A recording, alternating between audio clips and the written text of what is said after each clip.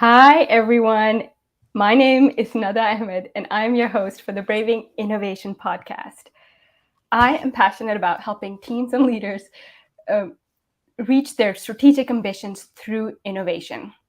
And through this podcast, I bring to you inspiring stories, tips, and strategies from leaders all around the world so that you can succeed on your journey.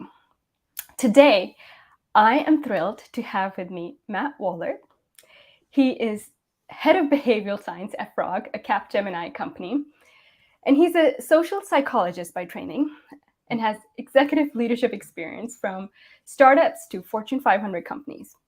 He's a well-renowned speaker and is the author of the book Start at the End, How to Build Products That Create Change. Really excited to have you with me today, Matt. Wait, and nowhere in that intro are you going to say, and my good friend from childhood in Oh, Hong that Kong? is true. Yes, Nice. and my good friend from childhood, Matt. Actually, we know each other from high school. Yeah, can you believe it? You can't get me on the show and then not air dirty laundry from the past. That is an important part of any show. No, you're not allowed to divulge any secrets from high school. Thank you very much. But but thank you for being here, Matt. And I thought to start off this podcast, since it is called Braving Innovation, I want to ask my guests about a time when they had to be brave, a time either early on in their careers, or it could be something that happened yesterday where you really had to overcome fear. Yeah, this is a hard question for me. I don't typically, I have fears. Everybody has fears. I have weird irrational fears, like things will fly out the window when I'm driving down the highway. And, this is the kind of fears we all have. I don't really like jumping off high places. Like, I'm good. But at least in the work context, I don't experience a lot of fear, right? I'm a relatively privileged white male in the workplace, right? With the confidence that if I lose one job, I can go get another job. That I'll always be employable. And so I have to say, I don't think of myself typically from a lens of bravery because I don't experience fear. When we talk about behavior change, put it differently. We talk about behavior change. We talk about promoting pressures. So when they become stronger, make a behavior more likely, and inhibiting pressures when they become stronger, to make a behavior less likely. I experience inhibiting pressures as we all do in the workplace, but certainly fear is not generally one of them, right? Organizational inertia, lots of other things. I don't generally feel afraid in the workplace. And is that something that's just part of who you are? Since as a kid you were kind of fearless, you like to take risks.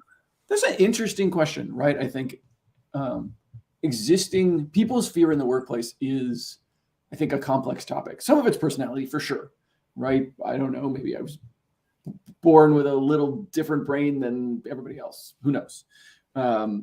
Certainly, I had lots of experience. I mean, both you and I left our home countries and went to live in Hong Kong without our families at 15 and 16 years old, right? And so even if we had some fear, that has been severely reduced by previous life experience, right, at early ages. But then I also think that, the workplace is not equally fearful for everyone, right? Like, white men can get away with a lot of things that other people can't.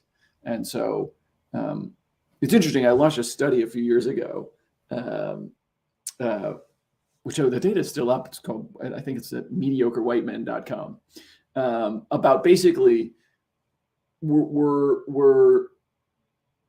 there's two potential sort of explanations for the behavior of white men in the workplace.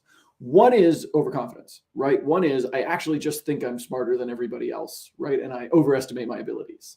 And two is psychological safety, right? So it isn't that I overestimate my abilities, but rather that I just feel safer making mistakes. And interestingly, it turned out that both of those are true. White dudes both overestimate their abilities and feel safe making mistakes. And so that combination of things is what changes their perception of being fearful in the workplace, right? I tend to focus on psychological safety because that's what actually gives you the strongest net returns, right? If we in creating an environment of psychological safety is good for everybody, regardless of gender and ethnicity and other kinds of things, right? Whereas like focusing on how do I get Nada to be more like to be more confident in her abilities has sort of a limited return. And so I think psychological safety pays off really well. Yeah, and I think psychological safety, I mean, there are lots of studies out there about how it's the most important factor in terms of creating high performance teams. And particularly that's an area where women and people of diverse background don't get that psychological safety because they feel like they could lose their jobs if they make a mistake. Yeah, so, I mean, I think, we're doing this LinkedIn Live on a morning where the world is not particularly psychologically safe, right? Absolutely. Russia has unprovoked invaded its neighboring state, and that raises, I mean, it's not the same thing as the workplace, but people are fearful in the workplace to degrees that I think people who aren't experiencing the same barriers don't recognize, right? They're in a constant state of being invaded, right? Whether it's having their ideas taken away from them, right? We've all experienced this in a meeting. Nada says something, right? No one says anything or greets it with approval. Matt says it 5 minutes later. This is the exact same thing 5 minutes later and gets universal acclaim, right? People have their ideas stolen. People, we continue to have large ethnicity and gender-based gaps in leadership, in pay, in promotion velocity. I mean, I think there's lots to be afraid of in the world. And it's easy, I think, sometimes people have this tendency to think of those fears as irrational. But I think they're highly rational, right? They are an expression of a real thing that happens. Oop, you're on mute, Nada. You got to stop putting yourself on mute, girl. Yay! Yeah, of course I'm mute. Sorry, there's some noise in the background. I'm trying to shield. But thank you for that. A great introduction, actually. And you couldn't help yourself diving into behavioral science itself. So maybe tell the audience here, because behavioral science is still an emerging topic and discipline, and a lot of people are not familiar with it. And a lot more companies, we're seeing more and more introduce that field, a department, a chief behavioral officer in their companies. So tell us a bit more about why is it also becoming more important? What is it? Why is it becoming so important? And why do companies need it? Yeah, sure. So first we have to talk about what behavioral science means, right? Or at least what it means to me, because there isn't necessarily broad agreement. I think for some people, behavioral science is, well, social psychologists and folks who study human behavior go off into a lab somewhere, and then they come back and we apply those studies in the world. And that's certainly a particular kind of science, but that's not what I mean when I say behavioral science. When I say behavioral science or applied behavioral science, what we mean is behavior as an outcome, science as a process, right? So the first part is articulating everything you do as behavior changing. Even this talk is behavior changing. Right. So when you and I have this conversation, we're having this conversation because we want people to do something. Maybe you want people to watch, maybe you want people to learn, like maybe you want them to go out and, apply things in a particular way or make a different decision. Right. But we are trying to change behavior in this conversation. It's the whole point of this conversation. And so when we acknowledge that, when we centralize, hey, here's what I'm trying to change and for whom, then we have the opportunity, I think, to go do a scientific process on top of that. Because again, it's hard to do science if you don't know what you want as an outcome. But the moment that you say, hey, this chair is better, the point of a chair is to get somebody to sit, and therefore this chair is better than that chair. And I can understand scientifically why that's true and iterate forward to better and better chairs. That's a very powerful process. So underneath this sort of behaviors and outcome science as a process, we generally break it up into four sort of phases. One is what we sometimes refer to as behavioral strategy. So it's forming that articulation of what behavior you want. And we do that in very formalized ways. We write something called a behavioral statement, which is, when a target audience who has a motivation and some limitations wants to, so when a target audience wants to motivation and has some limitations, they will behavior as measured by data, right? It's a very formal articulation of what do we want the world to look like when we're successful. You and I could have done that for this talk. We could have said, hey, right, when listeners want to be, more successful in the workplace, they will ask for a raise or apply behavioral science or whatever that behavior is. And then we could have articulated some data measurement in that. Once we know that, we know where we want to go, then we can start to try and understand, well, why are we where we are, right? And we do this in two really specific ways. We use quantitative and qualitative research, right? So we're looking at the data, but we're also talking to people and observing people. But we're trying to observe them in a very specific way, which is to say, one, why is this other world attractive, right? So if the point of this talk, for example, was to get people to do behavioral science, why would anyone want to do behavioral science in the first place? Why is that an attractive outcome? And then given that, well, why aren't we already doing it, right? If it's an attractive world to live in, why aren't we already there, right? And once we understand those two things, we can start to design against them. It's interesting. We don't actually change behavior directly, right? Like I can't pop open Nada's head and like find the like do behavioral science button and just push it, right? Like that's not how it works. All I can do is change the pressures that act on Nada's behavior, change the environment within which Nada acts in order to change her behavior. And so we are either strengthening promoting pressures or weakening inhibiting pressures, or hopefully both. And that's what we're designing against. So we have to go through some sort of design phase and say, well, how are we going to intervene to change the existing set of pressures? And then finally, we have to test that, right? We did observational science here in insights phase, but we have to do an experiment, right? We have to understand, is the potential intervention that we are surfacing valuable, useful, able to change behavior in the way that we want?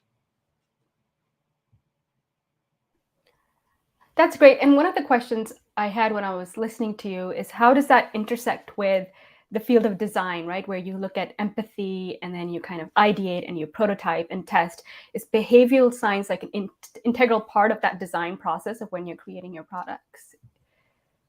Yeah, and so this is what we do at Frog, right? Typically, people come to Frog to help them design or create new products, new interventions in the world. But ideally, what you don't want to do is come and say, well, I want to make an app, right? What you want to say is, this is the behavior I want to change. Let's figure out a way to change it, right? And maybe the answer is an app. Maybe that's the right intervention space, but not always, right? We need to find the right intervention space to create the outcomes that we want.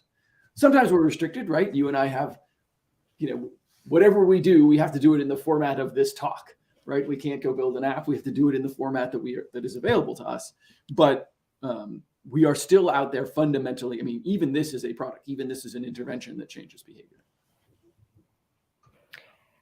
And Matt, so a lot of your work has also been done mentoring startups and working with startups, also with your work in Microsoft Ventures. What do you see in your experience are the things that startups often get wrong in their innovation process? Oh, well, let's talk about a mistake at each of the four phases, right? Because I think obviously there's mistakes are plentiful and common and hard to talk about. So let's sort of go. The first part is in strategy, they can't articulate what behavior they want to change, right? They keep returning their solution. There's a saying in product, fall in love with your problem, not your solution. And many, many startups have fallen in love with their solution, right? They've built a hammer and they're out there looking for nails that they can pound with it. And I think that that's problematic for a variety of reasons. So that's one. I mean, I think you have to be able to clearly articulate what is the behavior that you want to create in the world. In the insights phase, I think people typically, there is, because of lean startup and other things, this tendency to, go do a bunch of interviews with friends and family and people that are conveniently accessible to you, right? And then draw conclusions from the things that they say, like likelihood to pay, right? How would you feel like, if this was taken away from you, or how much would you pay to get it in the first place? I don't think those kinds of survey questions are particularly valid or particularly helpful. Instead, I think what you want to do is look at 5 groups of people, always, never, sometimes, started, stopped, right? No matter what it is you do in the world, let's say LinkedIn Lives, right? There are people who always watch LinkedIn Lives, never watch LinkedIn Lives, sometimes watch LinkedIn Lives, didn't used to, but recently started, used to, but recently stopped, right? Everybody in the world falls into one of those 5 categories, right? And so what we're really trying to do is we're trying to understand what is the difference between those categories so that I can then move people between them, right? As an example, let's say watching LinkedIn Lives, listening to your podcast. It might be a lack of promoting pressure. So if Nada always does, Matt never does. Maybe the difference is just Nada finds that kind of content more compelling than Matt does, right? It's a greater promoting pressure. But it could be inhibiting pressure. Maybe Nada just has more time than Matt does, or maybe Matt like isn't in spaces where he can listen to things very well, and so he prefers to read, right? It could be a difference in inhibiting pressure. And until we go out and look in the world, we can't know. A lot of startups make assumptions about why people behave the way they do, rather than going out and doing the research to map those out and then understanding how they're going to change those pressures. I think in the design step, the design mistake follows from that, which is to say they design to change the behavior rather than designing to change the pressure, right? They sit back and they ask, okay, well, how am I going to get people to X, as opposed to trying to sit back and understand, okay, well, what pressures am I going to modify that will result in behavior change? Behavior change is the result, not the thing that we do directly. The thing we do directly is intervene on the pressures. And then finally, not no piloting, right? Like people run, this like fail forward, iterate fast, like I'm going to launch something in the market and see how the market responds. Those are not good pilots, generally speaking. They're not well constructed to teach you anything, right? Launching something in the market and seeing how the market responds is not a well-controlled experiment that gives you information that you can then use to create something meaningful. People lay code way too early, right? They're trying to, whether it's walking people through Figma or other kinds of things, they try and create fidelitous versions of what they hope to eventually launch, rather than saying, hey, can I validate the psychological principles that are at play here? Can I validate my ability to even move this pressure, and that moving this pressure actually results in behavior change? I think people think they're running experiments when they're really just running, market tests. So can you elaborate on that a little bit more? Because a lot of message that a lot of these startup companies get is that go and test, put it in the market and see what's the response that you get. So how is that?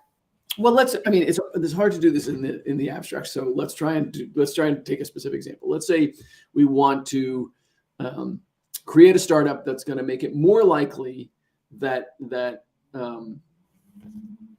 women invest in the market, right? There is no point in going and laying code or creating anything else, right? You have to understand, well, okay, I think women don't invest in the market for this reason, based on my experience and the sort of research that I've done in the insights phase, and then go directly attract that pressure. So if you say, hey, I think it's because of confusion. Women underestimate their financial savviness, which we know to be true. Women do actually underestimate their financial savviness, right? All right, what are you going to do about that, right? What are you going to do about that inhibiting pressure? I'm going to try, doing a newsletter with one stock pick per day and seeing if that gets people to do it. I'm going to it's those little micro things. It doesn't matter if your eventual product is going to be a newsletter that recommends a stock pick a day. You're not trying to validate your product. You're trying to validate the ability to intervene on that pressure, right? And to say, hey, I've rated, because it's entirely possible you could reduce confusion a massive amount and it doesn't change women's behavior. Well, that tells you something, right, about what you need to then actually build that fidelity. Does that make sense? Yeah, I think it does. And it just reminds me of something from your book. And I'm going to quote here, it talks about how the most effective companies understand what people want to do and why they aren't doing it, and then build products and services to bridge that gap. And I think that, when I read that, it helped me kind of clarify a little bit. You look at Airbnb, and it saw that people didn't want to live in hotels. They would much rather live in places where they could actually get to experience how locals live. And so there was this gap. Then they build a platform for people to be able to do that. Well, and that platform is very specific, right? So it isn't just, well, people want to do this and I'm going to remove a bunch of inhibiting pressures. It's not a platform that's all about inhibiting pressure reduction, right? The ability for me to stay in honest place. It also is about creating promoting pressures, right? And they realized this when what was the next big project they launched? Well, it's all about experiences, right? Because they recognized, hey, when you create this positive experience loop, it makes people want to stay in people's homes, right? Want to stay with those people, want to stay locally, right? So I can actually literally create the promoting pressure. You can contrast this with something like Uber, right? Uber does nothing to make you want to go somewhere, generally speaking, right? They just They are relentlessly focused on inhibiting pressures.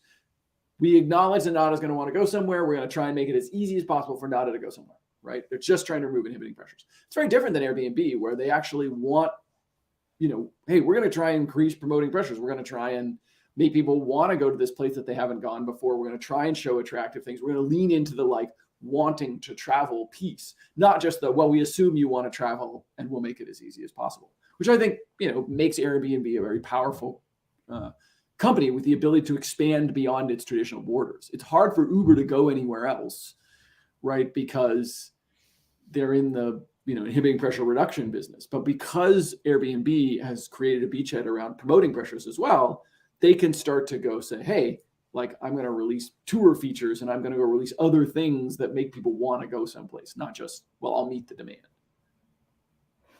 Yeah, I see people commenting here that they're not able to see our live stream on LinkedIn. It seems to be working on YouTube.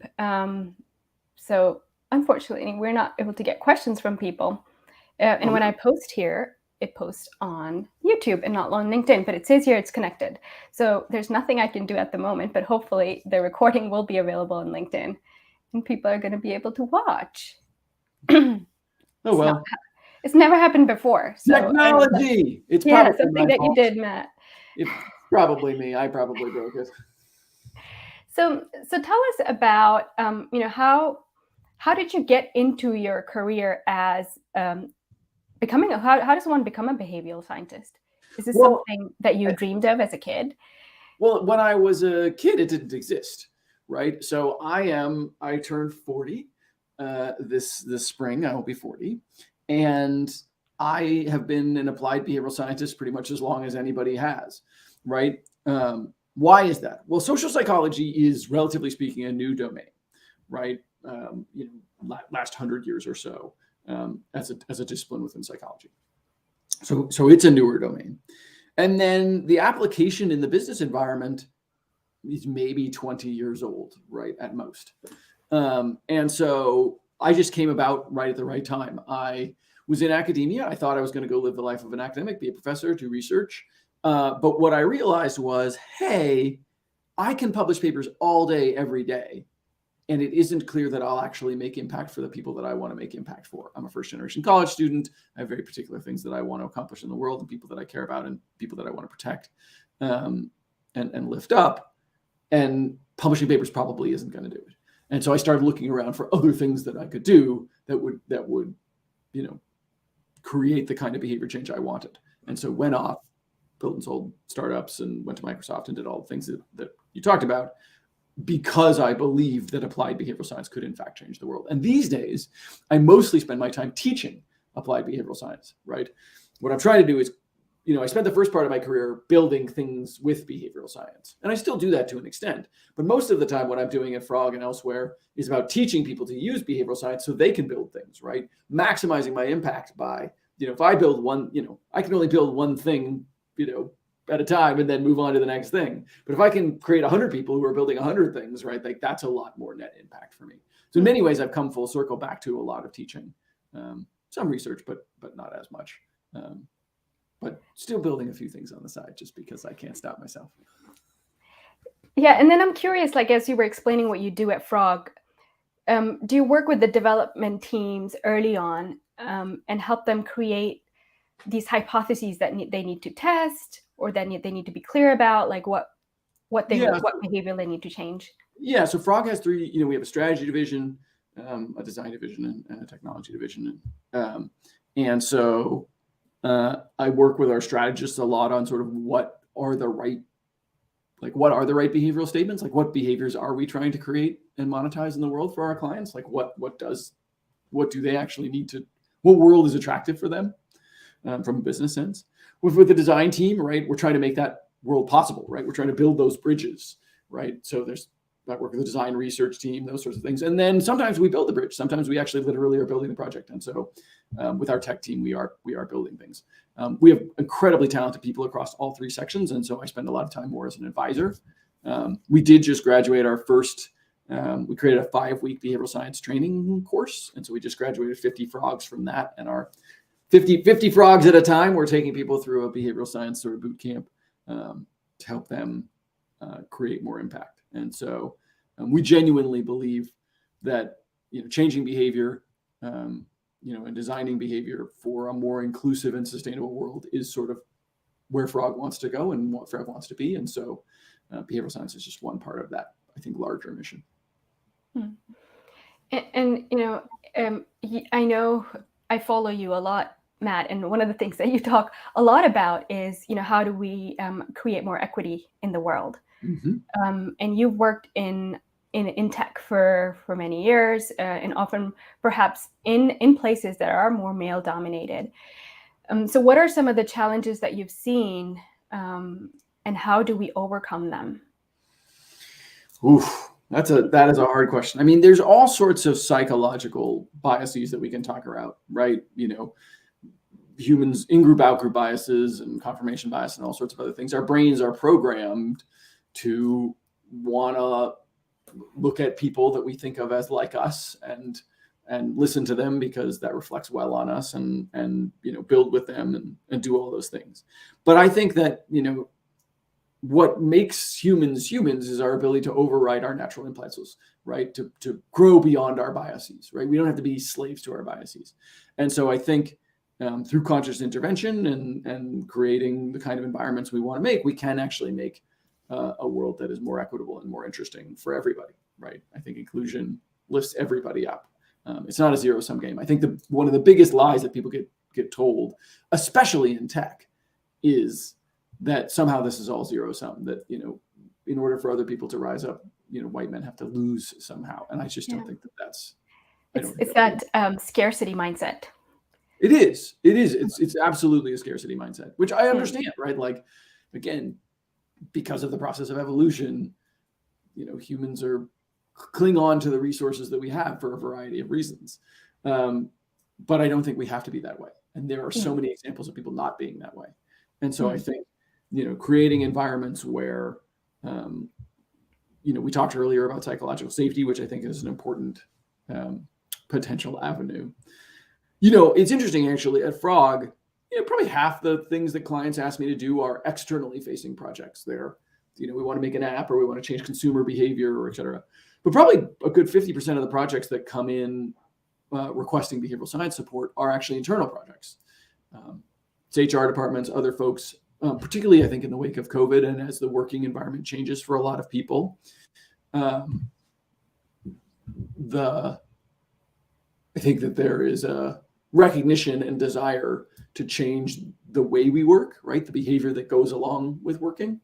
And so there's a lot of attention being paid to how do we sort of use behavioral science in the HR space to change our own internal to a company behavior and culture, which I think is great. I mean, the thing that makes behavioral science really valuable is its ability to zoom up and down, right?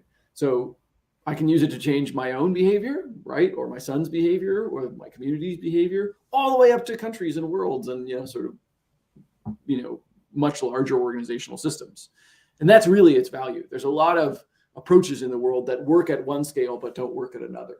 But the understanding of humans and the use of that understanding to change human behavior via, sort of changing pressures scales up and down really well. Wow. Thank you. I thought we could end with maybe some words of wisdom from you, Matt. Maybe there's a piece of advice that you once got that you found really valuable that you want to pass on to us, or thinking most of our listeners are innovation leaders, entrepreneurs. Either they want to get into that field or are working on developing their products. I don't know that I'm particularly wise, and so I don't know that I have particular words of wisdom. But keying off what you just said in terms of innovation leaders, I think there's a tendency sometimes to go, well, behavioral science happens over there. It's somebody with a PhD that I ask questions to. And certainly PhDs are great and can give you good advice. But we are all capable of being behavioral scientists, right? We wake up every day and change behavior quite naturally all the time, right? All we're doing is being more clear that what we're trying to do is change behavior, and then using a science-based process to actually make that happen. And so it isn't something where, hey, I have to go find one. Start today. You can do it right now. Like, you can get off this call, this recording, whenever you happen to listen to this, at the end, you can sit and write a behavioral statement. Whose behavior am I trying to change? What is the behavior that I'm trying to create? How am I measuring that?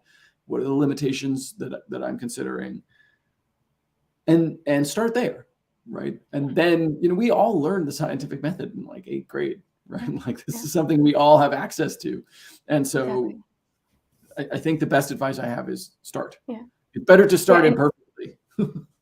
Yeah, no, I love that. And it's something that I can go back and do for my podcast, and for the book that I'm writing, and all the other things coming up, is what kind of behavioral change am I looking for? So thank you for that advice. And that's something all startups can look at. Okay, if we're creating this product, what behavioral are we trying to change? And often I haven't seen many startups that I work with phrase it that way. They're often testing assumptions. Like we're assuming people are going to want to buy shoes online. But then look at what habit do they have to change to be able to do that. Yeah. And I think to your point about writing a book or listening to a podcast, there is the behavior that is reading the book or listening to the podcast, right? And those are often the behaviors we're encouraged to focus on, the selling, right? But there's a larger point, which is, well, what do I want people to have done because they read this book? They read this book. I snap my fingers. Everybody in the world reads this book. Now what? Like, what is true because of that? What is true because people listen to your podcast? I think we live in a world where people are obsessed with consumption, right? Obsessed with, did they listen to the podcast? Did they read the book? But that's not actually the thing that we care about, right? The thing that we care about is, what are they going to do because of that, right? The book and the podcast are the intervention, not the outcome. Right. Yeah. And I can remember so many instances when I've heard a podcast, I've listened to something that someone said that's actually made me change a behavior or made me do something, right? Mm-hmm. So it's bringing those kind of stories into this podcast, those tips and strategies that are concrete, so that people can say, well, you know what? I heard this on another's podcast. Matt told me I need to create a behavioral statement, and they go actually do it and create a product that actually then changes the world. So that's what we're going for. That's what we're shooting for. That's the hope. Yeah. Well, thank you so much for being with us, Matt. Lots of great nuggets for the audience here. Apologize for those of us who couldn't watch on LinkedIn Live, but the recording will be available. I'll make sure. And we will also have a recording available on Spotify and Apple Podcasts.